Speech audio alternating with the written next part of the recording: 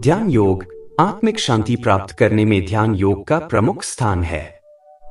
शरीर, मन और आत्मा तथा उससे बने हुए इस मानव शरीर में एक और मुख्य तत्व है जिसे सूरत कहते हैं। यह सूरत तत्व ही हर इंसान में परमात्मा के एक छोटे से अंश के रूप में मौजूद है। इसी तत्व से मनुष्य अपने जीवन के सारे खेल खेलता है। यह तत्व ही ध्यान या चेतना है। इस ध्यान या सूरत को अपने अंदर केंद्रित करना ही ध्यान योग है। वैसे मनुष्य का गहरी नींद में जाना ही एक प्रकार की प्राकृतिक समाधि ही है, क्योंकि जब मनुष्य नींद में जाता है तो उसकी चेतनता पहले धीरे धीरे स्थूल शरीर से निकलकर मन के मंडल में आ जाती है, और यह मन का मंडल ही सूक्ष्म शरीर है। इस अवस्था में मनुष्य का मन काम करता है और वह तरह तरह के स्वप्न लेता है। इसके बाद उसकी चेतना सूक्ष्म शरीर से निकलकर आत्मपद में पहुंच जाती है, जिस कारण शरीर कहा गया है।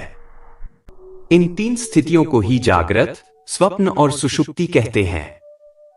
इसके बाद जब मनुष्य गहरी निद्रा में चला जाता है तो उसकी चेतना वही पहुंच जाती है जो उसका मूल स्थान है, और यहां मनुष्य बेहोशी की स्थिति में आ जाता है तथा सब प्रकार के दुख, चिंताओं से वह मुक्त होता है। और जब मनुष्य अपनी गहरी नींद से उठता है तो वह अपने अंदर बड़ी ताजगी महसूस करता है। जैसे यह गरीब आदमी जो दिन भर मजदूरी करते हैं और रात को थक कर सो जाते तो प्रातः उठने पर वह अपने आप को तरोताजा महसूस करके पुनः उसी काम पर लग जाते हैं। अब रात को उन्होंने कोई टॉनिक या दूध, मक्खन तो लिया नहीं था जो उनकी थकावट दूर हो जाती है, तो उनमें पुनः यह काम करने की शक्ति कहां से आई? इसका उत्तर यही है कि गहरी नींद में उनकी सूरत अपने निज मुकाम पर चली जाती है और वहीं से वह आत्मिक शक्ति को लेकर वापस आती है। इसी प्रकार योगी अपनी इस सूरत या चेतनता को अभ्यास के द्वारा धीरे धीरे अपने अंदर में ले जाते हैं, और इस सूरत का अपने अंदर में दाखिल होना ही समाधि कहलाता है। कबीर साहब ने कई प्रकार की समाधियों की चर्चा अपने शब्दों में की है। जहां तक मैंने अपने अनुभव से समझा है वह यह है कि शरीर की समाधि जिसमें शरीर शिथिल हो जाता है, मन की समाधि जिसमें मन एकाग्र हो जाता है, आत्मा की समाधि जिसमें सूरत आत्मपद या प्रकाश में पहुंच जाती है, और अंत में सूरत यानी चेतनता की समाधि जिसमें सूरत अपने निज स्वरूप में ठहर जाती है। महापुरुषों ने इस ध्यान योग के विभिन्न केंद्रों को अपनी अपनी भाषा शैली में वर्णन किया है। पहले जो शरीर के अंदर 6 स्थानों पर योग करके मनुष्य सीधी शक्ति प्राप्त करते थे, जिसको आज भी कुंडली के नाम से लोग लकीर पीटते हैं, परंतु आज इस बुद्धि विज्ञान की युग में इसकी आवश्यकता नहीं है।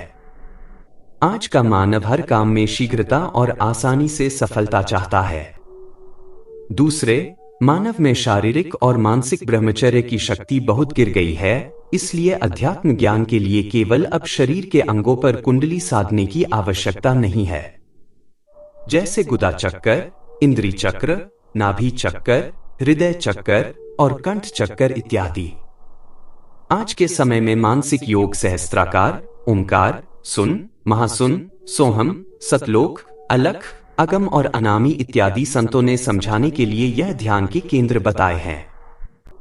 हिंदू शास्त्रों में ऋषि मुनियों ने इस योग साधन को 4 नामों के अंतर ध्यान से अनुभव करने की विधि को ब्रह्मा नाम से शुरू किया। नंबर 1, सबल ब्रह्मा जिसे सहस्त्राकार और त्रिकुटी कहते हैं। नंबर 2, शुद्ध ब्रह्मा, सुन और महासुन।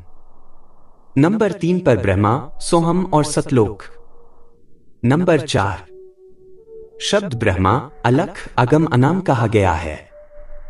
मुझे आशा है कि हमारी यह वीडियो आपको अच्छी लगी तो आप कमेंट करके बताएं। अधिक जानकारी के लिए हमारे चैनल को सब्सक्राइब करें और शेयर करें।